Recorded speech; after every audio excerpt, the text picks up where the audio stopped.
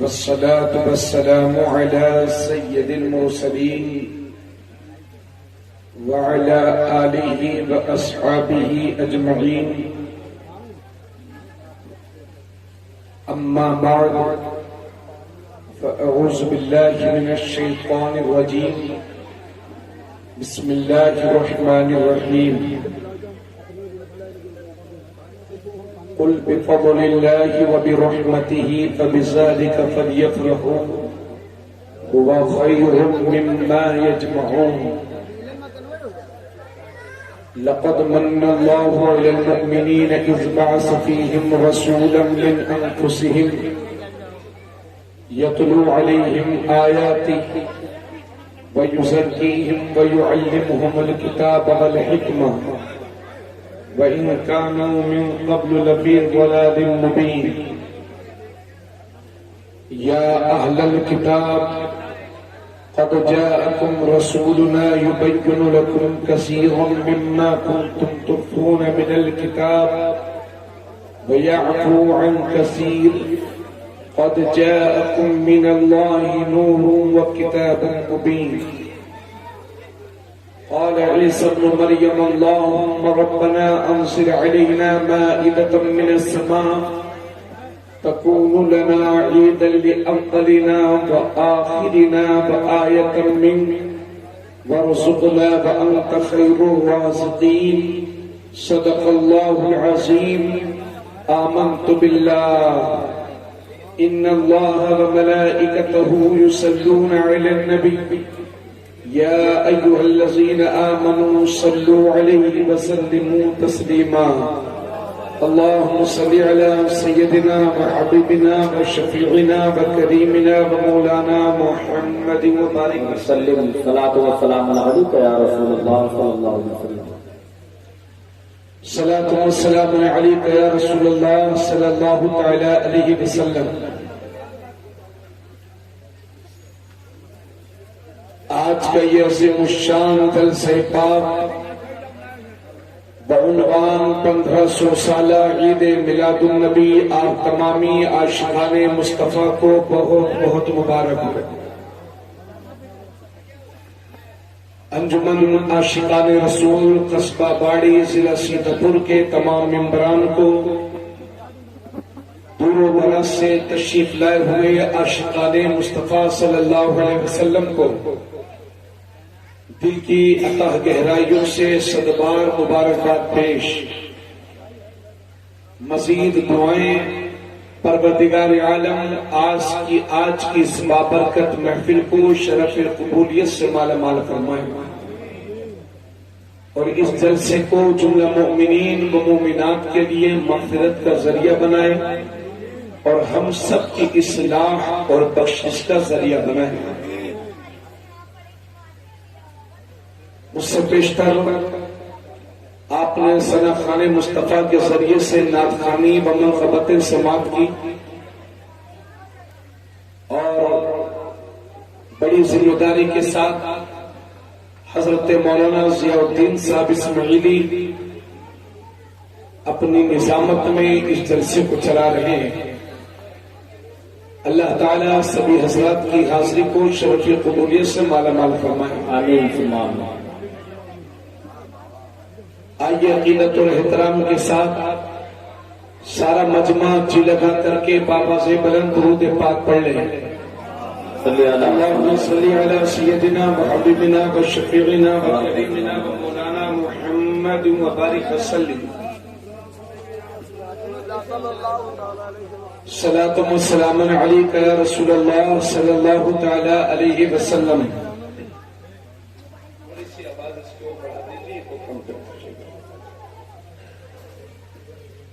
حضور صلی اللہ علیہ وسلم کی میلاد کے حوالے سے الحمدللہ میں نے قرآن کریم کی 4 آیت کریمہ کی تلاوت کی ہے.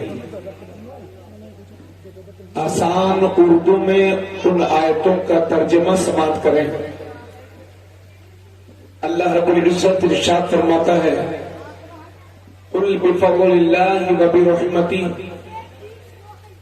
اے محبوب آپ فرما دیجئے یہ سب کچھ اللہ کے فضل اور اس کی رحمت سے ہے جو حضور صلی اللہ علیہ وسلم کے صدقے سے ہم سب کو نصیب ہوا ہے۔ فَبِذَلِكَ فَلْيَفْرَحُوا، تو مسلمانوں کو چاہیے کہ اس پر خوشیاں منایا کریں۔ هُوَ خَيْرٌ مِّمَّا يَجْمَعُونَ، یہ اس سارے مال و دولت سے بہتر ہے جسے وہ جمع کر کے رکھتے ہیں۔ پورا مجمع توجہ کیجئے اور ادب و احترام کے ساتھ سماعت کیجئے۔ آپ مجھ سے پیشتر محترم اشتیاق نیپالی صاحب کو سماعت کر رہے تھے۔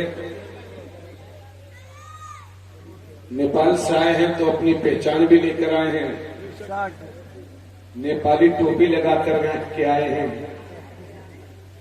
آپ بھی جہاں جایا کیجئے تو اپنے ملک کی پہچان اپنے ساتھ لے جایا کیجئے۔ دوسرے ملک میں اپنے ملک کی پہچان ساتھ لے کر کے جانا، یہی دیش محبت کی علامت ہوتی ہے۔ ایک دیش کی پہچان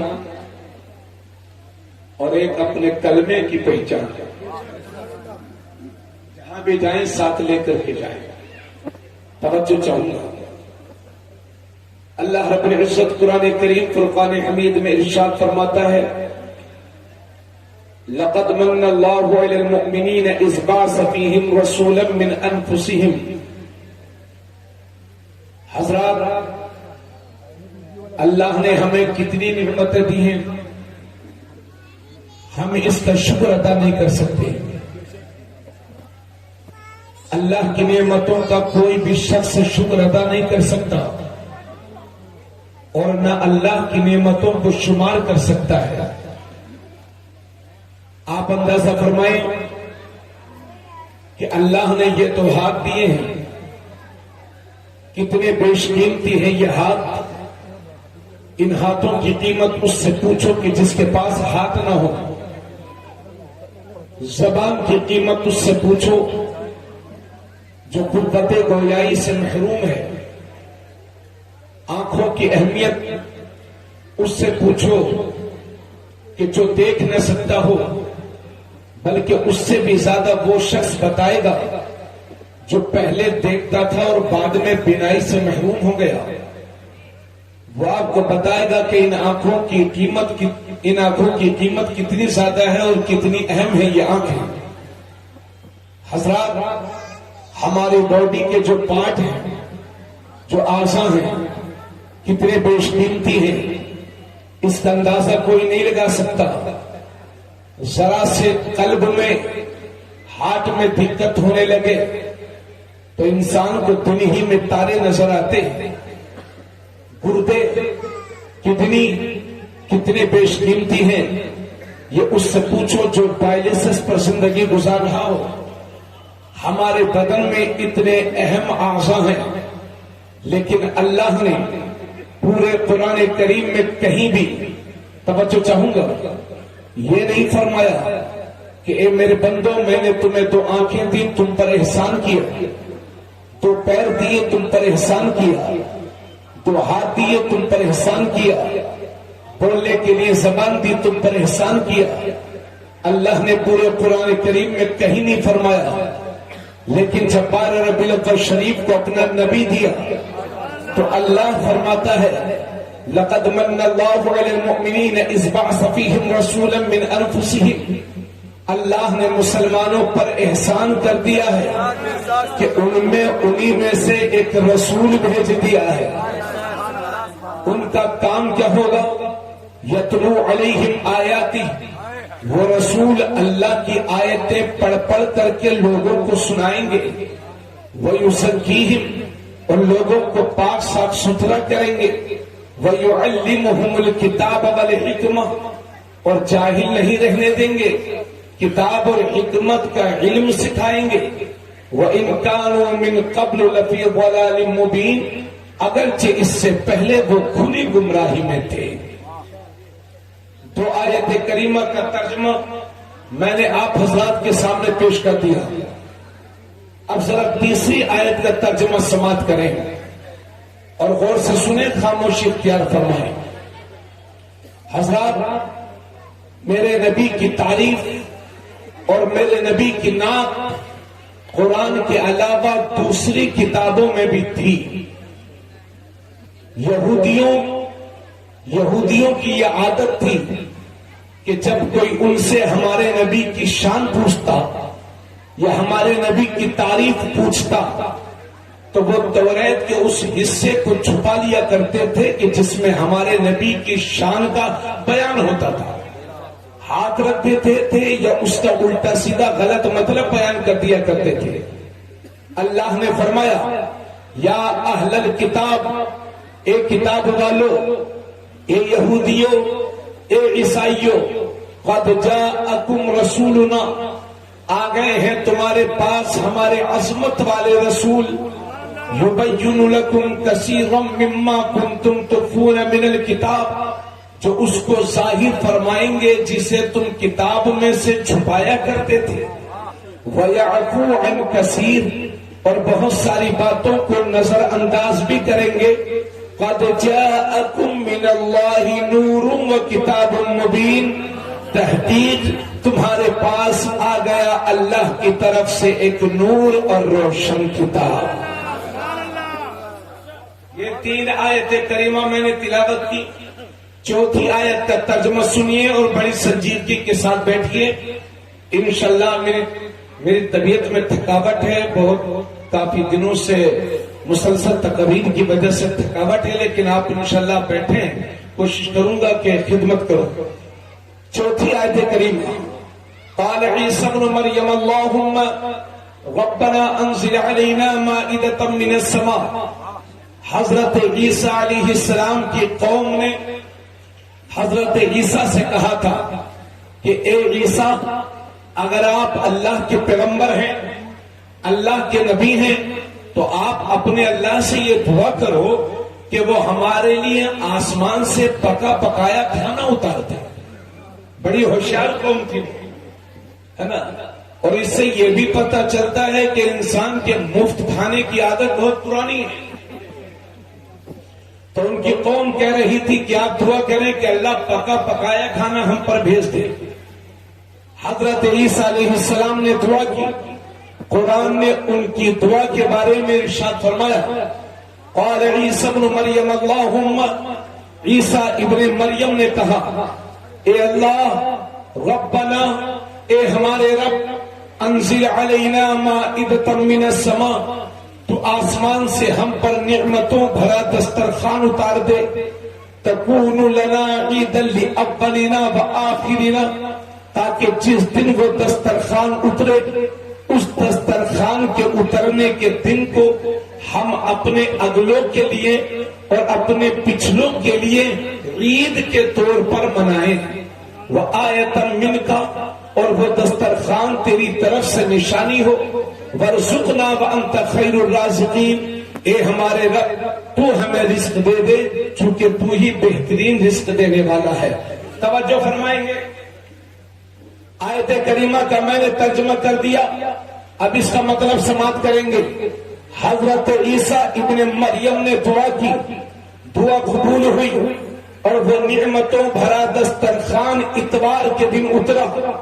اس دن سے لے کے آج تک پوری دنیا کی عیسائیت، پوری قوم کرسچن اتوار کے دن کو عید کے طور پر مناتی ہے، خوشی کے طور پر مناتی ہے۔ مجھے کہنے دو کہ جس دن دسترخوان اترا وہ عیسائیوں کے لیے عید کا دن بن گیا، تو جس دن ساری کائنات کے نبی دنیا میں تشریف لائے، ان کی آمد کے دن کو ہم عید میلاد النبی منانے میں حرج کیا ہے؟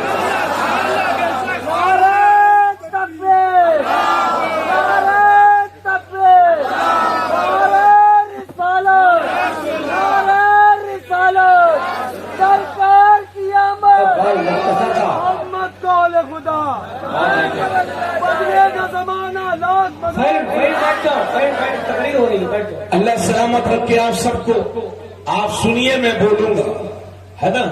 یہ اشتیاق بابو نے آپ کو 4-5 بار کھڑا کیا، میں ان سے کہوں گا کہ بس ایک بار کھڑا کر دیا کریں، کافی ہے، کیونکہ یہ قوم کھڑی ہو جاتی ہے تو پھر بیٹھتی نہیں ہے۔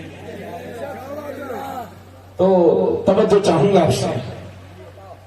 قرآن کی 4 آیت کریمہ میں سامنے تلاوت کر دی. چاروں آیتوں کا ترجمہ آپ نے سماعت کر لیا. آپ نے سنا اللہ نے فرمایا کہ ہم نے بھیجا وہ آئے، ہم نے بھیجا وہ آئے. اللہ نے پورے قرآن میں کہیں یہ نہیں فرمایا کہ ہم نے پیدا فرمایا، بلکہ فرمایا وہ آئے، ہم نے بھیجا. اور آپ یہ بات جانتے ہیں کہ آتا وہی ہے جو پہلے سے کہیں موجود ہو، بھیجا وہی جاتا ہے جو پہلے سے کہیں موجود ہو. آپ نے اعلان سنا کہ تبریز عالم قادری آ رہا ہے تو اس لیے گیا ہوں کہ تھا. ایسا تو نہیں ہے کہ صبح پیدا ہوا اور شام کو آپ کے گاؤں میں آ گیا. تو میں اس دنیا میں تشریف لانے سے پہلے بھی کہیں موجود تھے. سبحان اللہ سبحان اللہ. خود میرے نبی فرماتے ہیں میں اس وقت بھی نبی تھا جب آدم مٹی اور پانی کی منزلیں طے کر رہے تھے. حضرت جابر عرض کرتے ہیں یا رسول اللہ، اللہ نے سب سے پہلے کس چیز کو پیدا فرمایا؟ تو حضرت جابر ارشاد فرماتے ہیں یا جابر ان اللہ قد خلق قبل الاشیاء نور نبیک من نوری. اے جابر، اللہ نے سب سے پہلے تمہارے نبی کے نور کو اپنے نور سمایا ہے. سبحان اللہ.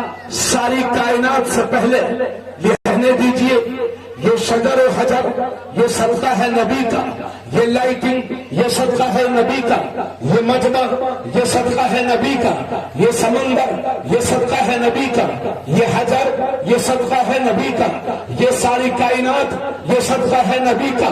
اللہ فرماتا ہے اے محبوب، اگر تمہیں بھیجنا مقصود نہ ہوتا تو میں اس طرح ہی نہ فرماتا. میں فرشتہ تھا، نہ آدم تھے، نہ ظاہر تھا خدا پہلے. بنی سارے خدائی سے محمد مصطفیٰ پہلے. ہر ابتدا سے پہلے، ہر ابتدا کے بعد ذات نبی بلند ہے. ذات خدا کے بعد دنیا میں احترام کے قابل ہیں جتنے لوگ، میں سب کو مانتا ہوں مگر مصطفیٰ کے بعد. توجہ چاہوں گا. تو اللہ نے اپنے نبی کو سب سے پہلے بنایا. پورے مجمع کی توجہ، اور جو میرا بھائی جہاں کھڑا ہے وہیں سے سنتا رہے. اللہ نے سب سے پہلے اپنے نبی کے نور کو اپنے نور سے پیدا فرمایا. کتنا پہلے، کتنا پہلے. تو یا تو بنانے والا رب العالمین جانے، یا بننے والا یا بننے والے محمد رسول اللہ جانے، یا تو بنانے والا جانے یا بننے والے جانے. جب کوئی تیسرا تھا ہی نہیں تو تیسرے کو اوور ایکٹنگ کرنے کا حق بھی نہیں ہے کہ اللہ نے اپنے نبی کو کب بنایا. بھائی جب تو تھا ہی نہیں تو اوور ایکٹنگ کیوں کرتا ہے؟ اللہ نے بنایا، حضور بنے. کتنا پہلے بنے، کتنا پہلے بنے. توجہ چاہوں گا. حضرات ہماری عادت ہے ریسرچ کرنے کی، تحقیق کرنے کی، تو آؤ پتہ تو کریں گے کہ اللہ نے اپنے نبی کو کتنا پہلے بنایا. پورے مجمع کی توجہ چاہوں گا. تو فرشتوں کے سردار ہیں، حضرت جبرائیل ہیں، میرے نبی کی بارگاہ میں حاضر ہیں. میرے نبی نے ایک دن حضرت جبرائیل سے ارشاد فرمایا اے جبرائیل، تم دنیا کے سب سے پہلے انسان کے پاس بھی گئے ہو اور میرے پاس بھی آ رہے ہو، اور نبیوں کے پاس بھی گئے ہو اور رسولوں کے پاس بھی گئے ہو. اے جبرائیل، ذرا یہ تو بتا دو کہ تمہاری عمر کتنی ہو گئی ہے، تم کتنے برس ہو گئے ہو. تو حضرت جبرائیل عرض کرتے ہیں یا رسول اللہ، اگر میری عمر کا مجھے یہ تو پتہ نہیں ہے کہ میری عمر کتنی ہو گئی ہے، میں کتنے سال کا ہو گیا ہوں، میں کتنے برس کا ہو گیا ہوں، مگر یا رسول اللہ میری عمر کا اندازہ لگانا ہو تو اس بات سے لگا لیجئے کہ چوتھے حجاب میں ایک ستارہ 70,000 سال کے بعد ایک بار چمکتا تھا، اور اس ستارے کو میں نے 73,000 بار دیکھا ہے. سبحان اللہ سبحان اللہ. 70,000 سال کے بعد وہ ستارہ ایک بار چمکتا تھا، پھر 70,000 برس کے لیے چھپ جاتا تھا، پھر ایک بار چمکتا تھا، پھر 70,000 برس کے لیے چھپ جاتا تھا.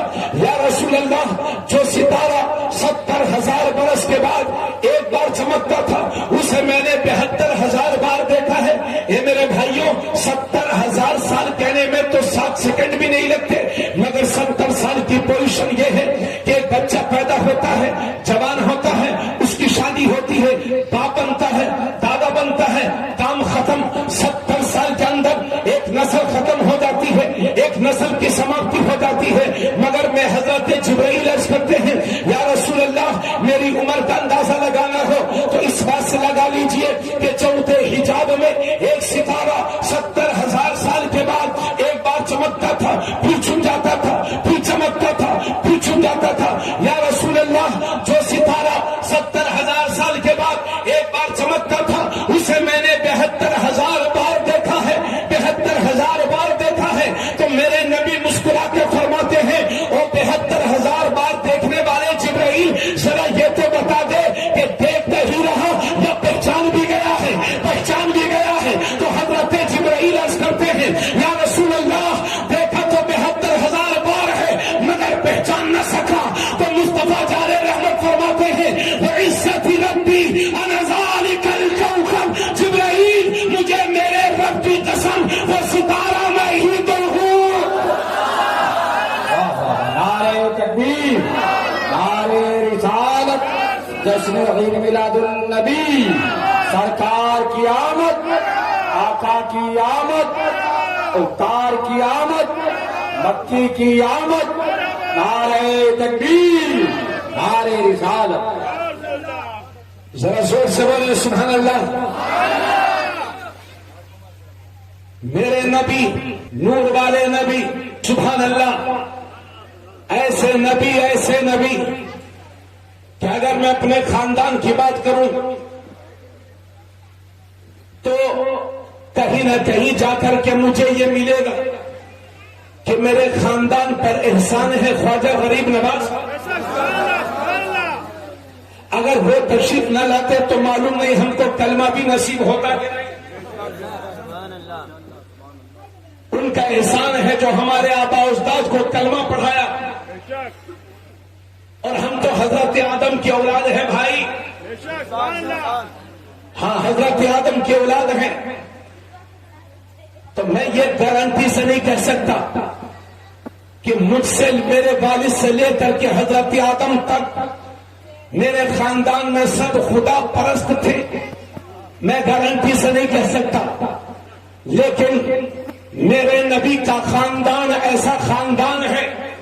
میرے نبی خود فرماتے ہیں کہ اللہ نے ساری دنیا میں سے قبیلہ کنانہ کو چنا، اور قبیلہ کنانہ میں سے قبیلہ قریش کو چنا، اور قبیلہ قریش میں سے بنی ہاشم کو چنا، اور بنی ہاشم میں سے مجھ کو چنا.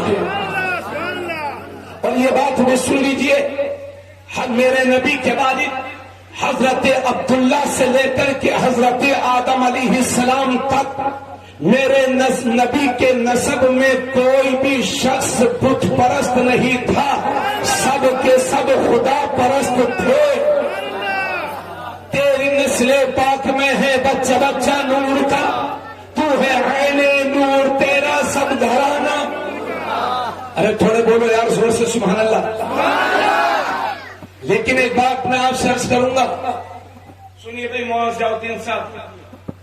آج کل اپنے ملک میں کچھ لوگ جب نبی کریم صلی اللہ علیہ وسلم کا شجرہ شریف سناتے ہیں تو میرے نبی کے والد حضرت عبداللہ سے شروع کرتے ہیں اور حضرت آدم تک گنا دیتے ہیں. جی حضرات آئیے میں آپ کو شجرہ نبی، شجرہ نسب آقا کریم صلی اللہ علیہ وسلم سنا رہا ہوں، اور یہ میں وہیں تک سناؤں گا جہاں تک میرے نبی نے سنایا تھا. کتاب مناقب الانصار باب مبعث النبی، بخاری شریف. قرآن کے بعد جس کتاب کا سب سے بڑا رتبہ ہے وہ ہے حدیث کی کتاب بخاری. اسی بخاری شریف میں ہے کہ میرے نبی صلی اللہ علیہ وسلم کا نام ہے محمد. ذرا چون لیجئے محمد صلی اللہ علیہ وسلم. وہ لڑکے ہیں حضرت عبداللہ کے، اور حضرت عبداللہ بیٹے ہیں حضرت عبد المطلب کے، حضرت عبد المطلب بیٹے ہیں حضرت ہاشم کے، حضرت ہاشم بیٹے ہیں حضرت عبد مناف کے، حضرت عبد مناف بیٹے ہیں حضرت قصی کے، حضرت قصی بیٹے ہیں حضرت کلاب کے، حضرت کلاب بیٹے ہیں حضرت مرہ کے، حضرت مرہ بیٹے ہیں حضرت کعب کے، حضرت کعب بیٹے ہیں حضرت لؤی کے، حضرت لؤی بیٹے ہیں حضرت غالب کے، حضرت غالب بیٹے ہیں حضرت فہر کے، حضرت فہر بیٹے ہیں حضرت مالک کے، حضرت مالک بیٹے ہیں حضرت نضر کے، حضرت نضر بیٹے ہیں حضرت کنانہ کے، حضرت کنانہ بیٹے ہیں حضرت خزیمہ کے، حضرت خزیمہ بیٹے ہیں حضرت مدرکہ کے، حضرت مدرکہ بیٹے ہیں حضرت الیاس کے، حضرت الیاس بیٹے ہیں حضرت مدر کے، حضرت مدر بیٹے ہیں حضرت نزار کے، حضرت نزار بیٹے ہیں حضرت معد کے، اور حضرت معد بیٹے ہیں حضرت عدنان کے۔ کہیے سبحان اللہ۔ سبحان اللہ۔ یہ شجرہ وہ ہے جو میں نے بخاری شریف کے حوالے سے آپ کو سنایا ہے، اگر کوئی غلط ثابت کرتے تو منہ مانگا انعام دیا جائے گا۔ اور میرے نبی جب بھی اپنا شجرہ نسب سناتے تھے تو یہیں تک سناتے تھے، اس کے آگے نہیں۔ تو جب حضرت آدم تک میرے نبی خود اپنا شجرہ نسب نہیں سنا رہے تو مولویوں کو کس نے حق دے دیا کہ حضرت آدم تک سنا بیٹھے؟ اگر میرے خاندان کی بات ہو اور نام ادھر سے ادھر ہو جائے تو چلے گا، مگر وہ خاندان نبی کا ہے۔ اس لیے میں آپ سے گزارش کرتا ہوں کہ کسی بھی عالم سے یہ فرمائش نہ کریں کہ نبی کریم صلی اللہ علیہ وسلم کا شجرہ حضرت آدم علیہ السلام تک سنائیے، اور سنانے والوں کو بھی پرہیز کرنا چاہیے، بچنا چاہیے۔ یہ جتنا شجرہ نسب میں نے آپ کو سنایا ہے یہ بخاری شریف کے حوالے سے سنایا۔ اب آئیے میرے نبی کی ماں کی طرف سے شجرہ سنیے۔ میرے نبی کی ماں ہے حضرت آمینہ، وہ بیٹی ہے حضرت وہب کی، حضرت وہب بیٹے ہیں حضرت عبد مناف کے، حضرت عبد مناف بیٹے ہیں حضرت زہرہ کے، اور حضرت زہرہ بیٹے ہیں حضرت کلاب کے۔ کلاب پر آ کر کے میرے نبی کا خاندان اپنے باپ کی طرف سے اور ماں کی طرف سے مل جایا کرتا ہے۔ نعرہ تکبیر۔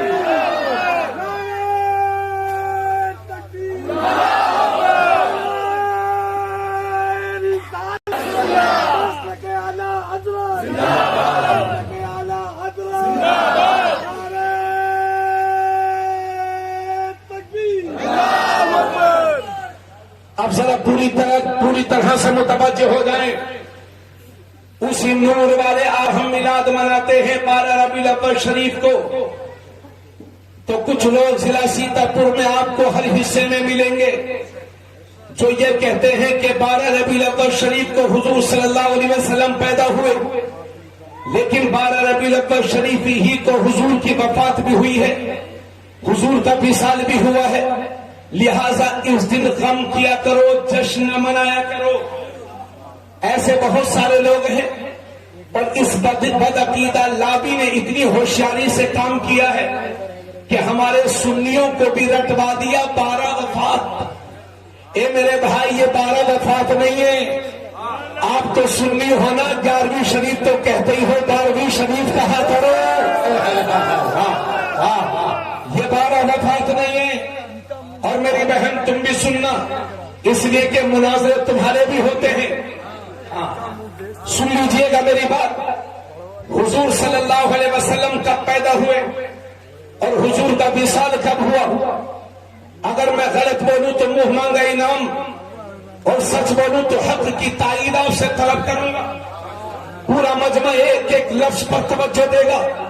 حضرات میرے نبی کب پیدا ہوئے اس میں اختلاف ہے مورخین کا، لیکن یہ بات بخاری شریف سے ثابت ہے کہ آقا کریم صلی اللہ علیہ وسلم پیر کے دن پیدا ہوئے۔ کس دن؟ اور آپ جلوس کب نکالتے ہو؟ پیر کے دن۔ تو صحیح کرتے ہو کہ غلط کرتے ہو؟ سبحان اللہ۔ ابھی مجھے بتایا مولانا ضیاء الدین صاحب نے کہ یہاں پیر کے دن ماشاءاللہ جلوس نکلتا ہے۔ تو حضور صلی اللہ علیہ وسلم پیر کے دن پیدا ہوئے. مہینہ کون سا تھا؟ ربیع الاول کا. تاریخ کون سی تھی؟ اس میں مورخین کا اختلاف ہے. بعض حضرات نے کہا کہ حضور صلی اللہ علیہ وسلم 6 ربیع الاول شریف کو پیدا ہوئے. کچھ حضرات نے کہا کہ حضور 8 ربیع الاول شریف کو پیدا ہوئے. اور کچھ حضرات نے کہا حضور 9 ربیع الاول شریف کو پیدا ہوئے. کچھ حضرات نے کہا کہ حضور صلی اللہ علیہ وسلم 10 ربیع الاول شریف کو پیدا ہوئے. بعض علماء نے کہا کہ حضور 22 ربیع الاول شریف کو پیدا ہوئے. لیکن جمہور مورخین کا اس بات پر اتفاق ہے کہ حضور صلی اللہ علیہ وسلم 12 ربیع الاول شریف کو 20 اپریل 571 عیسوی کو پیر کے دن میں صبح کے مبارک وقت میں رات جا رہی تھی، دن آ رہا تھا، اندھیریاں ختم ہو رہی تھی، اجالے جاری تھے، کلیاں تبسم ریز تھی، بلبلوں کے نغمے جاری تھے. اس نورانی ماحول میں مکے کی دھرتی پر کعبۃ اللہ کے سامنے حضرت عبداللہ کے گھر میں میرے نبی دنیا میں تشریف لائے. جس سہانی گھڑی چمکا طیبہ کا چاند اس دل اکروں سے ساتھ بلا. نعرہ تکبیر، نعرہ رسالت، جشن میلاد النبی. سرکار کی آمد، آقا کی آمد، آقا کی آمد، حضور کی آمد. مسلک اعلیٰ حضرت انجمن عاشقان رسول سرزمین قصبہ باری حضرت علامہ مفتی تبریز عالم صاحب قبلہ. نعرہ تکبیر، نعرہ رسالت. حضور صلی اللہ علیہ وسلم پیدا ہوئے. آپ نے سماعت کر لی. تھوڑی سی آوازوں پڑے گی کیا؟ تھوڑی سی بات ادھر دیکھیے. لیکن حضور صلی اللہ علیہ وسلم کا وصال کب ہوا؟ تو یہ بھی بخاری شریف سے ثابت ہے کہ میرے نبی کا وصال پیر کے دن سپہر میں ہوا ہے. دوپہر کے بعد سپہر. مہینہ کون سا تھا؟ ربیع الاول کا. تاریخ کون سی تھی؟ اس میں بھی اختلاف ہے، مگر ہمارے بعض بزرگوں نے بھی کہا ہے کہ حضور صلی اللہ علیہ وسلم 12 ربیع الاول شریف ہی کو پیدا ہوئے اور 12 ہی کو حضور کا وصال بھی ہوا ہے. تو چلیے ہم دونوں کو مان لیتے ہیں کہ 12 ربیع الاول شریف کو حضور پیدا ہوئے اور 12 ہی کو حضور کا وصال ہوا. تو کیا اسی دن پیدا ہوئے اور اسی دن حضور کا وصال ہوا، حضور کی وفات ہوئی؟ تو کیا ہم کو جشن نہیں منانا چاہیے؟ اس کے جواب کے لیے میں 2 حدیثیں پیش کر رہا ہوں اور پوری سیتا ترکی وہابی لابی کو میں چیلنج کرتا ہوں. اگر ہمت ہے تو جواب دے، ورنہ قوم کو گمراہ کرنا چھوڑ دے. اگر باتیں اچھی لگیں گی تو تائید چاہوں گا، ورنہ اس کا جواب دیجیے گا. سن لیجیے. پہلی حدیث ہے ابن ماجہ شریف کی، جس کے راوی ہیں حضرت ابو لبابہ بن عبد المنذر. وہ کہتے ہیں کہ نبی کریم صلی اللہ علیہ وسلم نے فرمایا، اے لوگوں، جمعہ سارے دنوں کا سردار ہے. جمعے کا دن سارے دنوں کا سردار ہے اور جمعے کی اہمیت اللہ کے یہاں بہت زیادہ ہے. اور اسی حدیث میں ہے، میرے نبی فرماتے ہیں کہ جمعے کے دن کی اہمیت اللہ کے یہاں عید الفطر اور عید الاضحیٰ سے بھی بڑھ کر کے ہے. ارے زور سے بولو. جمعے کے دن کی اہمیت اللہ کے یہاں عید الفطر اور عید الاضحیٰ سے بھی بڑھ کر کے ہے. آج دنیا کی دوسری قومیں ترس رہی ہیں کہ کاش ہمارے مذہب میں بھی جمعہ جیسا سسٹم ہوتا. اللہ کا شکر ہے مسجد میں جب مسلمان اکٹھا ہوتا ہے تو امیر و غریب میں فرق نہیں ہوتا، چھوٹے بڑے میں فرق نہیں ہوتا، عالم و جاہل میں فرق نہیں ہوتا. سب ایک کاندھے سے کاندھا لگا کر کھڑے ہوئے ہیں، ایک ہی صف میں کھڑے ہو گئے. محمود و ایاز، نہ کوئی بندہ رہا نہ کوئی بندہ رہا. واہ واہ واہ.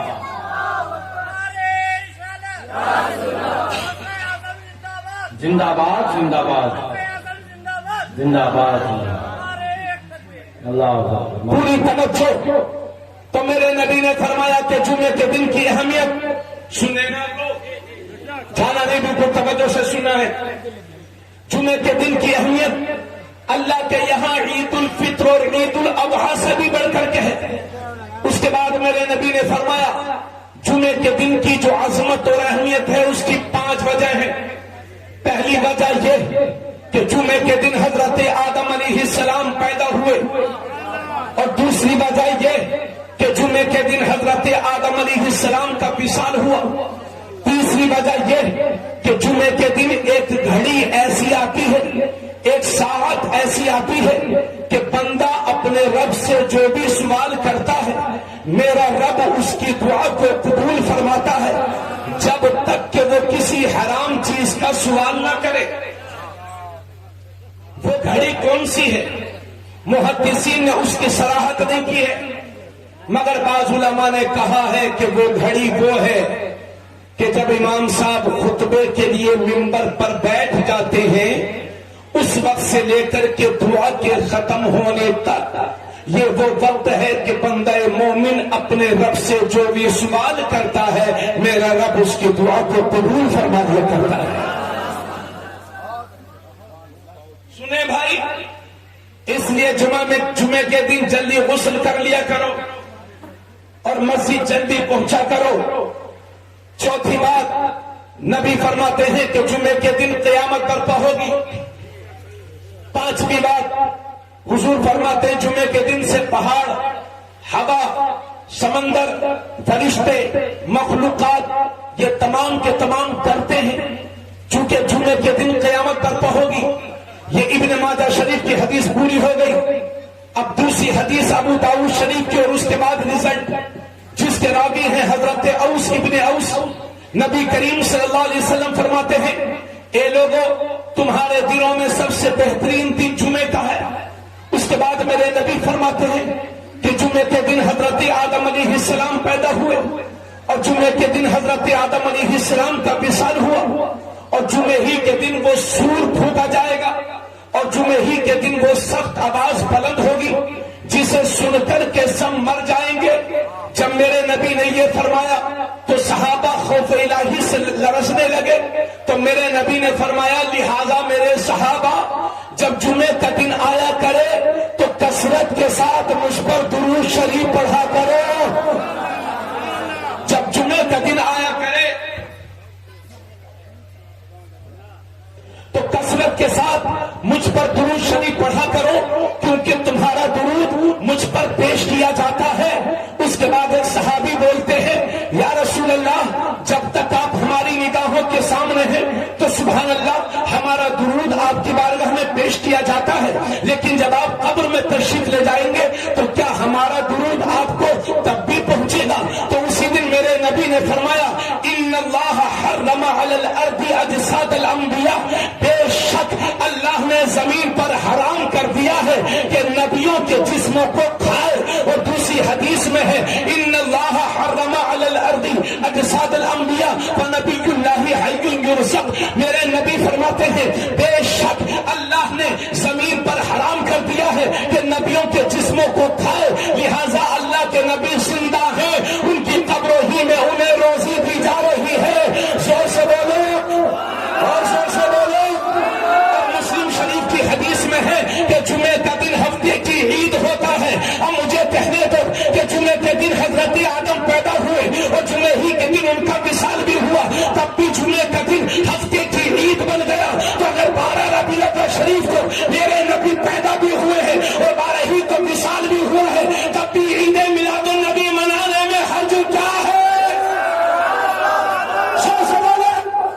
نبی کو جو زندہ جانتا ہے ہاتھوں کو اٹھا کر بولے لبیک یا رسول اللہ، لبیک یا رسول اللہ، لبیک یا رسول اللہ۔ اگر 12 ربیع الاول شریف کے حضور تو اگر حضرت آدم 12 کو حضرت آدم جمعے کے دن پیدا ہوئے ہیں اور جمعے ہی کے دن وصال ہوا ہے، تب بھی جمعے کا دن ہفتے کی عید بن گیا۔ تو اگر 12 ربیع الاول شریف کو حضور پیدا ہوئے اور 12 ہی کو حضور کا وصال ہوا، تب بھی عید میلاد النبی منانے میں حرج۔ دوسری بات یہ ہے کہ آنا پہلے ہوتا ہے، جانا بعد میں ہوتا ہے، زندگی پہلے ہوتی ہے، موت بعد میں ہوتی ہے، حیات پہلے ہوتی ہے، وفات بعد میں ہوتی ہے۔ تو پہلے ہم سنیوں کو نبی کے آنے کی خوشیاں تو منا لینے دو، نبی کے آنے کی خوشیاں تو منا لینے دو۔ وقت ملے گا تو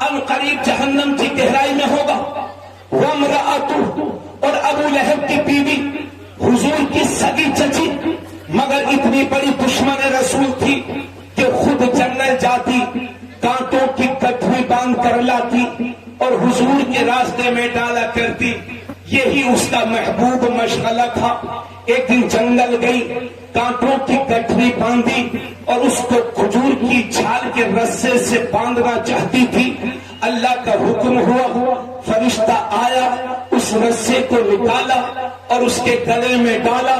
کام ختم. قرآن کہتا ہے وامرأتہ، اس کی بیوی حمالۃ الحطب، گٹھڑی اٹھانے والی، فی جیدہا حبل من مسد، اس کے گلے میں کھجور کی چھال کا رسہ. سورہ پوری ہو گئی. یہ ابو لہب کی مذمت میں، ابو لہب کی برائی میں نازل ہوئی ہے. یہی ابو لہب، توجہ چاہوں گا، یہی ابو لہب،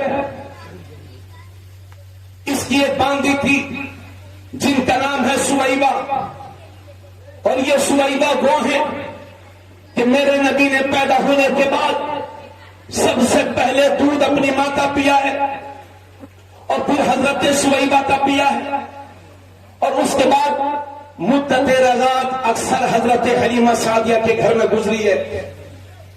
تو سویبہ میرے نبی کی رضاعی ماں بھی ہیں.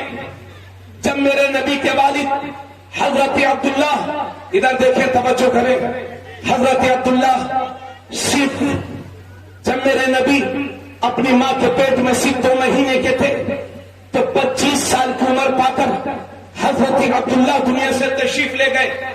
25 سال کی عمر پا کر حضرت عبداللہ دنیا سے تشریف لے گئے. اور جب میرے نبی کی پیدائش ہونے والی تھی تو ابو لہب نے کہا سویبہ دیکھو دیکھو میرے بھائی کا انتقال ہو گیا ہے. تم جانتی ہو میری بھابھی آمینہ اکیلی ہے، ان کے یہاں بچے کی ولادت ہونے والی ہے. تم جاؤ اور ان کی خدمت کرو.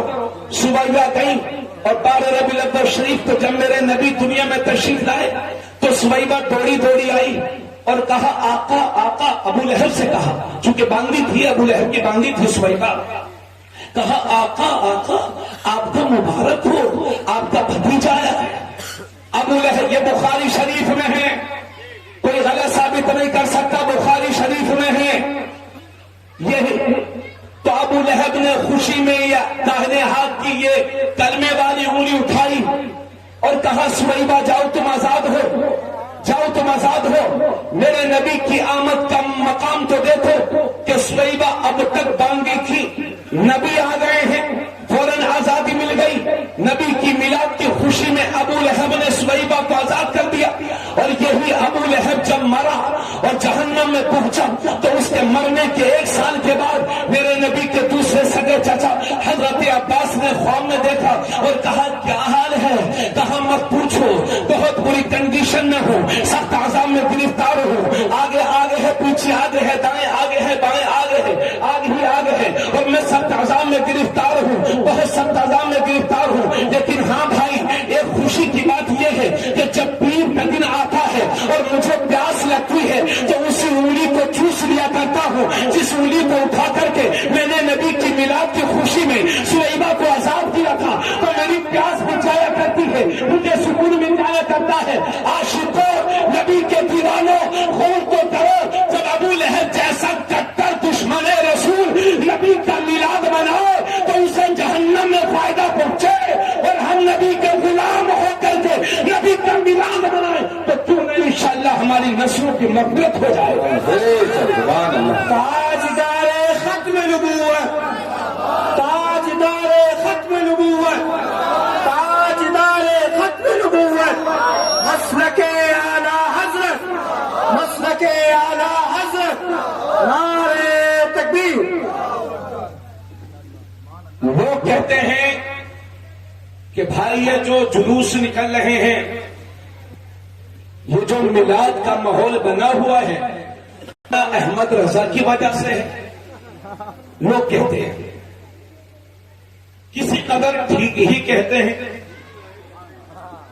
چاند پھونکی ہے امام احمد رضا خان نے،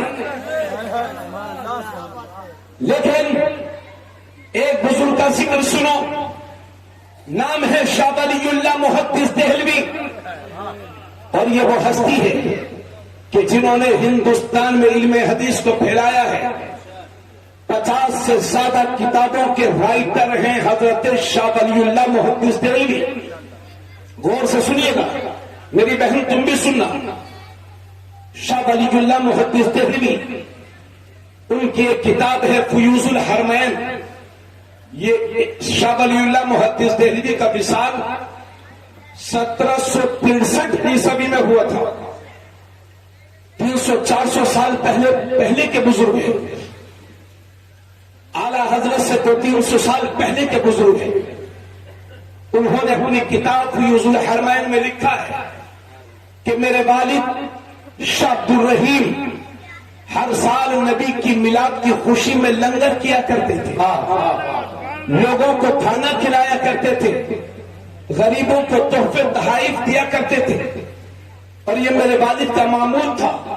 لیکن ایک سال ایسا ہوا کہ میرے والد کو غریبی نے گھیر لیا، تنگ دستی آ گئی، اور میرے والد کے پاس اتنے پیسے نہیں تھے کہ لنگر رسول کر سکے، اور حضور کی میلاد کی خوشی میں جیسے ہر سال لوگوں کو کھانا کھلاتے تھے ایسا کھلا سکے۔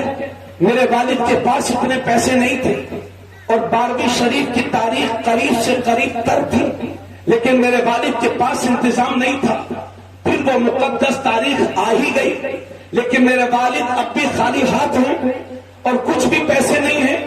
بے چینی کے عالم میں گھر میں تشریف لے گئے تو کچھ بھنے ہوئے چنے رکھے تھے، اٹھائے اور نبی کی میلاد کی خوشی میں وہی لوگوں کے درمیان بھنے ہوئے چنے تقسیم کر دیے۔ تقسیم کرنے کے بعد جب میرے والد رات کو سوئے، قسمت جاگی، کیا دیکھتے ہیں کہ خواب میں میرے نبی میرے گھر تشریف لائے ہوئے ہیں، اور حضور کے سامنے وہی بھنے ہوئے چنے رکھے ہیں، اور میرے نبی مسکرا مسکرا کے تناول فرما رہے اور فرما رہے عبد الرحیم میں تمہارے چنوں کو قبول کر لیا ہے۔ سنا ہے آپ ہر عاشق کے گھر تشریف لاتے ہیں، میرے گھر میں بھی ہو جائے چلاوا یا رسول اللہ۔ ماشاء اللہ، نعرہ تکبیر، نعرہ رسالت، جشن میلاد النبی، آمد مصطفیٰ، سرکار کی آمد، آقا کی آمد، نعرہ تکبیر، نعرہ رسالت۔ حضرات، جب کسی بچے کا جنم دن ہوتا ہے، برتھ ڈے ہوتا ہے، یوم پیدائش ہوتا ہے، تو بولو ہم اسے گفٹ دیتے ہیں کہ نہیں؟ یہ میں نے میلاد بیان کیا تھا، اب کچھ ضرورت کی باتیں آپ کے گوشے گزر کر دوں۔ آپ بالکل توجہ کے ساتھ بیٹھے ہے نا، توجہ کے ساتھ بیٹھیے آپ۔ جب حضور صلی اللہ علیہ وسلم جب کسی بچے کا جنم دن ہوتا ہے، برتھ ڈے ہوتا ہے، یوم پیدائش ہوتا ہے، تو ہم اس بچے کو گفٹ دیتے ہیں، تحفہ دیتے ہیں، مٹھائی پیش کرتے ہیں، اور زیادہ تر گفٹ وہی دیا جاتا ہے جسے بچہ سب سے زیادہ پسند کرتا ہو، تاکہ بچے کی خوشیوں میں مزید اضافہ ہو جائے۔ پہلے بچے کی برتھ ڈے مناتے تھے، اب تو دادا جی بھی برتھ ڈے منا رہے ہیں جی، 75 سالہ برتھ ڈے بھی منائے جا رہے ہیں۔ اب دیکھیے دنیا میں ہوتا کیا ہے، دیکھتے رہیے بس۔ 1500 سالہ میلاد النبی کے اس حسین موقع پر اپنے نبی کو کیا تحفہ پیش کر رہے ہیں؟ اور یاد رہے میرا نبی ہمارے تحفہ اور گفٹ کا محتاج نہیں ہے۔ کون دیتا ہے؟ دینے کو منہ چاہیے، دینے والا ہے سچا ہمارا نبی۔ ہم اپنے نبی کو کیا تحفہ پیش کریں گے؟ تو حضرات تحفہ دے دو کہ جس کا پیدائش کا دن ہے وہ خوش ہو جائے۔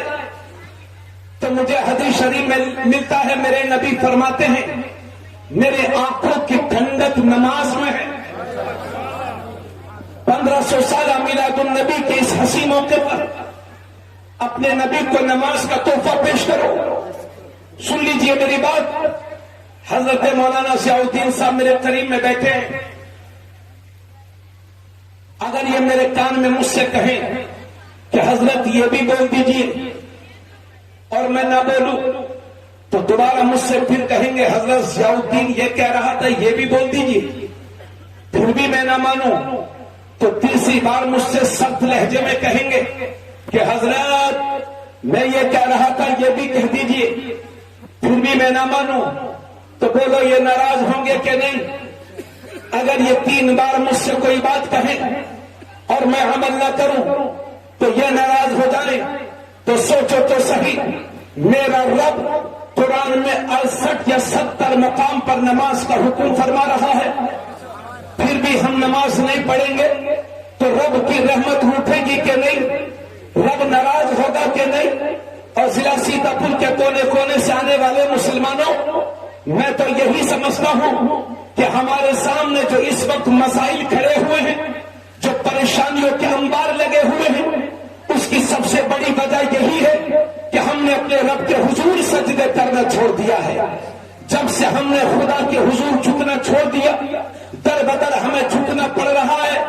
اس لیے لوگوں اور نماز کو کوئی ہلکا پھلکا مت سمجھنا، یہ ورزش نہیں ہے، نہ اس کا کوئی مقابل ہے.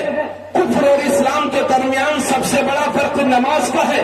مشرک کی پہچان یہ ہے کہ در بدر جھکتا ہے، مومن کی پہچان یہ ہے کہ صرف خدا کے لیے جھکتا ہے. تھوڑا سا بولیے اور زور سے بولیں سبحان اللہ. آقا کریم صلی اللہ علیہ وسلم فرماتے ہیں ایک باپ کی طرف سے اس کی اولاد کے لیے جو سب سے بڑا تحفہ اور گفٹ ہوتا ہے وہ بہترین تربیت ہوتی ہے. اگر گفٹ نہیں دیں گے تو بچہ ایک بار روئے گا، اور بہترین تربیت نہیں دیں گے تو زندگی بھر خود بھی روئے گا، آپ کو بھی رلائے گا. آپ کے اسی قصبہ باڑی میں، اسی سدھولی میں ایسے لوگ بھی ہوں گے کہ جس خاندان نے بڑی عزت کی زندگی گزاری، مگر اس گھر کے بگڑے ہوئے لڑکے نے پورے خاندان کی عزت کو خاک میں ملا دیا ہے. ایسے گھر بھی ہوں گے کہ جنہوں نے پوری زندگی عزت کی گزاری، مگر اس گھر کی بےہودہ لڑکی نے اپنے باپ دادا کی عزت کو خاک میں ملا دیا ہے. اس لیے آج کے دور میں سن لیجئے میری بات، سب سے زیادہ ضرورت اس بات کی ہے کہ اپنے بچوں کی صحیح تربیت کرو. اب سنو میری بات، ایک بات اور عرض کر دوں.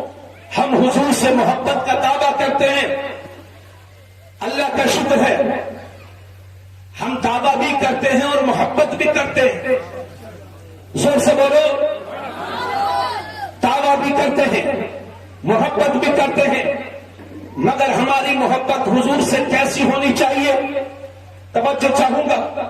میرے نبی کی بارگاہ میں حضرت عمر حاضر ہیں، اور یہ عمر وہ ہے کہ جن کے لیے میرے نبی فرماتے ہیں اگر میرے بعد کوئی نبی ہوتا تو عمر بن خطاب ہوتے. میرے نبی فرماتے ہیں کہ میرا عمر جس راستے سے گزر جاتا ہے شیطان وہ راستہ چھوڑ کر کے بھاگ جایا کرتا ہے. وہی عمر کہ ایک بار میرے نبی نے ایک ہاتھ میں حضرت ابو بکر صدیق کا ہاتھ تھاما، دوسرے ہاتھ میں حضرت عمر کا ہاتھ تھاما. دونوں کے ہاتھوں کو تھام کر کے میرے نبی نے ارشاد فرمایا، اے لوگوں، ہم دنیا میں بھی اسی طرح سے ہیں، قیامت کے دن بھی اسی طرح سے اٹھائے جائیں گے. کیا بھائی آپ لوگ تھک گئے کیا؟ تو پھر یہ تھکی ہوئی آوازیں کیسے نکل رہی ہیں آپ کی؟ بھائی سنیے توجہ کے ساتھ. انشاءاللہ میں بیان کر رہا ہوں، تھوڑی دیر اور بیان کروں گا، مگر اب پردل بیان کروں گا. آپ لوگ ثبوت دے دیجیے. نعرہ تکبیر، نعرہ رسالت، نعرہ رسالت، انجمن اشکال رسول، علماء اہل سنت. آقا کریم صلی اللہ علیہ وسلم سے ہماری محبت کیسی ہونا چاہیے؟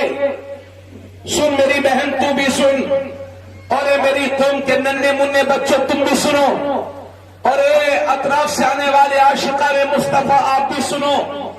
عشق رسول کس لیول کا ہونا چاہیے؟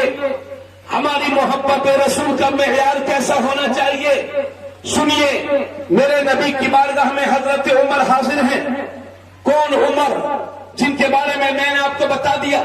تو میرے نبی نے حضرت عمر سے ایک دن فرمایا کہ عمر تم مجھ سے کتنی محبت کرتے ہو؟ عمر بھائی صاحب پلیز. میرے نبی نے حضرت عمر سے فرمایا کہ عمر مجھ سے کتنی محبت کرتے ہو؟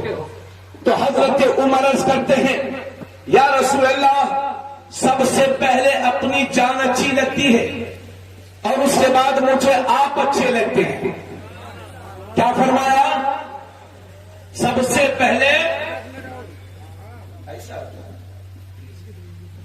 پہلے اپنی جان اچھی لگتی ہے. ارے اسٹائل بیٹھو یار تھوڑی دیر، بیٹھ جاؤ یار تھوڑی دیر. آپ لوگ سمجھتے نہیں ہیں، تھوڑا برداشت کیا کرو. یہ تھوڑی دیر بیٹھو اسٹائل کرو. چلو یہ قوم کا کام ہے، اگر ہو جائے تو اللہ آپ کو بھی اجر عطا فرمائے. جی بتاؤ ماشاءاللہ سبحان اللہ. نیپال ہی تو جانا ہے نا، میرے ساتھ چلیے نیپال تک پہنچا دوں گا. ویسے انڈیا میں رہیے اس ٹائم تو زیادہ اچھا ہے. پروگرام یہیں کے لے لیجیے. آئے ہوئے ہیں بھائی ہمارے اسٹائل بھائی نیپالی، کسی کو ضرورت ہو تو رابطہ قائم کریں، ان سے بہت اچھے پڑھتے ہیں. اللہ سلامت رکھے. پھر سے سنیے میرے نبی نے حضرت عمر سے فرمایا عمر کتنی محبت کرتے ہو مجھ سے؟ تو حضرت عمر عرض کرتے یا رسول اللہ سب سے پہلے اپنی جان اچھی لگتی ہے اور اس کے بعد مجھے آپ اچھے لگتے ہیں. یہ چھوٹی بات نہیں تھی، یہ بات بھی بہت بڑی بات ہے. ارے بھائی لوگ دوستی یاری میں کہہ دیتے ہیں ارے دوست تو کیا بات کرتا ہے یار، تیرے لیے تو جان دے دوں گا، لیکن اسی سے 500 روپے مانگیے تو اسی میں اس کی جان نکل جاتی ہے. تو کوئی کسی کو جان نہیں دیتا. ارے میری قوم کی بیٹیوں، میری بہنوں، ان لچے لفنگوں گنڈوں کے چکر میں مت پڑنا جو تجھے جان کے کر کے تیری عزت پر حملہ کرنا چاہتے ہیں. واہ واہ. میری بہن اگر تو کسی کی جان ہے تو اپنے باپ کی، اگر کسی کی جان ہے تو اپنے بھائی کی، اور شادی کے بعد اگر کسی کی جان ہے تو اپنے شوہر کی. اس لیے ان لچے لفنگوں گنڈوں کے چکر میں مت آنا جو جان کہہ کر کے تیری عزت پر حملہ کرنا چاہتے ہیں. ان لفنگوں کے پاس ایک جان نہیں کئی جانیں رہتی ہیں. بچ ایسے لفنگوں سے، بچ ایسے گنڈوں سے. تو میرے نبی نے حضرت عمر سے فرمایا عمر کتنی محبت؟ یا رسول اللہ سب سے پہلے اپنی جان، اس کے بعد آپ اچھے لگتے ہیں. تو اسی دن میرے نبی نے فرمایا لا یؤمن احدکم حتی اکون احب الیہ من والدہ وولدہ والناس اجمعین. میرے نبی نے فرمایا عمر تم میں کب کوئی بھی بندہ اس وقت تک مسلمان ہو ہی نہیں سکتا جب تک کہ اپنے ماں باپ سے زیادہ، اپنی اولاد سے زیادہ، سارے لوگوں سے زیادہ جب تک کہ کوئی مجھ سے محبت نہیں کرے گا اس وقت تک مسلمان ہو ہی نہیں سکتا. اب حضرت عمر عرض کرتے ہیں یا رسول اللہ اب تو مجھے اپنی جان سے بھی زیادہ اچھے آپ لگتے ہیں، آپ لگتے ہیں. تب میرے نبی فرماتے ہیں الآن یا عمر، اے عمر اب تیرا ایمان مکمل ہوا ہے، اب تیرا ایمان کمپلیٹ ہوا ہے. تو لوگوں محبت رسول کا تقاضا یہ ہے، عاشقان مصطفیٰ عشق رسول کا تقاضا یہ ہے کہ اپنے ماں باپ سے زیادہ اپنے نبی سے پیار کرو، اپنی اولاد سے زیادہ اپنے نبی سے پیار کرو، سارے دوستوں سے زیادہ نبی سے پیار کرو، ساری دنیا سے بڑھ کر کے نبی سے پیار کرو. اور ایسا پیار کرو، ایسا پیار کرو کہ تمہاری زبان بھی یہی بولے، تمہارا دل بھی یہی بولے کہ کروں تیرے نام پہ جا فدا، نفس جا تو جہاں فدا، تو جہاں سے بھی نہیں جی بھرا، کروں کیا کرو جہاں نہیں. نعرے تکبیر، نعرے رسالت، جشن عید میلاد النبی. سب مل کر کے بولو سرکار کی آمد، آقا کی آمد، داتا کی آمد، کی آمد، مدنی کی آمد، طٰہٰ کی آمد، واسی کی آمد، مسلک اعلیٰ حضرت انجمن عاشقان رسول سرزمین قصبہ باری. نعرے تکبیر. تشریف رکھیں. اتنی دیر سے ہم اس کو لٹکائے پھر رہے تھے اور آپ چھپائے ہوئے بیٹھے تھے.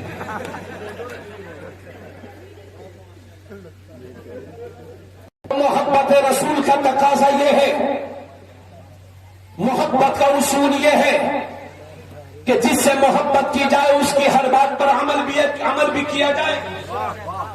اور اے لوگوں، میرے نبی فرماتے ہیں اپنے بچوں کو 3 چیزیں سکھاؤ. اپنے بچوں کو نبی کی محبت سکھاؤ، اپنے بچوں کو اہل بیت کی محبت سکھاؤ، اور اپنے بچوں کو قرآن کریم کی تلاوت کرنا سکھاؤ. اے لوگوں، محبت رسول ہی کا ایسا جذبہ ہے کہ مسلمان محبت رسول کو لے کر جہاں بھی گیا ہے اپنے کامیابی کے جھنڈے لہرا گیا ہے. دنیا یہی چاہتی ہے کہ تم سے یہی محبت رسول کا جذبہ سرد ہو جائے، تمہارے دلوں سے محبت رسول نکل جائے تاکہ تم چلتے پھرتے رہو، مگر مردہ جانو، دنیا تمہیں مردہ سمجھے. اے لوگوں، خدا کا واسطہ دے کر کے کہتا ہوں کہ اپنے گھروں کے ماحول کو ماڈرن نہ بناؤ.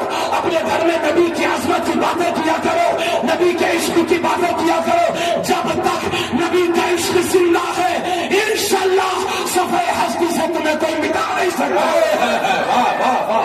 ماشاء اللہ، سبحان اللہ، ماشاء اللہ، واہ واہ.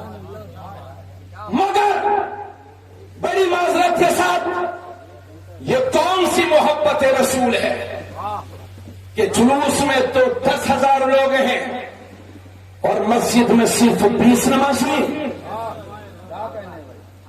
توجہ، یہ کون سی محبت ہے کہ نعرہ ہے کہ نبی کے نام پر مر مٹ جائیں گے، اور نبی کے نعرے اتنے بلند اور ان کے فرمان کی روشنی میں نہ شراب چھوڑ رہے ہو، نہ جوا چھوڑ رہے ہو، نہ زنا سے بچ رہے ہو، نہ غیبت سے بچ رہے ہو، نہ حرام خوری سے بچ رہے ہو. یہ کون سی محبت ہے؟ حضرات، تو میں یاد کر رہا تھا کہ مسجدیں ویران پڑی ہیں، جلوس نکل رہے ہیں. اسی سے تو وہابی فائدہ اٹھاتے ہیں اور کہتے ہیں جلوس بند کر دو، مسجدیں خالی ہیں. ارے پاگل، ناک پہ مکھی بیٹھے گی تو مکھی اڑائے گا یا ناک کاٹے گا؟ اللہ کا شکر ہے ہم نبی کا جشن بھی مناتے ہیں، نبی سے محبت بھی کرتے ہیں، اور انشاءاللہ ان کی باتوں پر عمل بھی کریں گے. اب پوری طرح سے متوجہ ہو جائیے.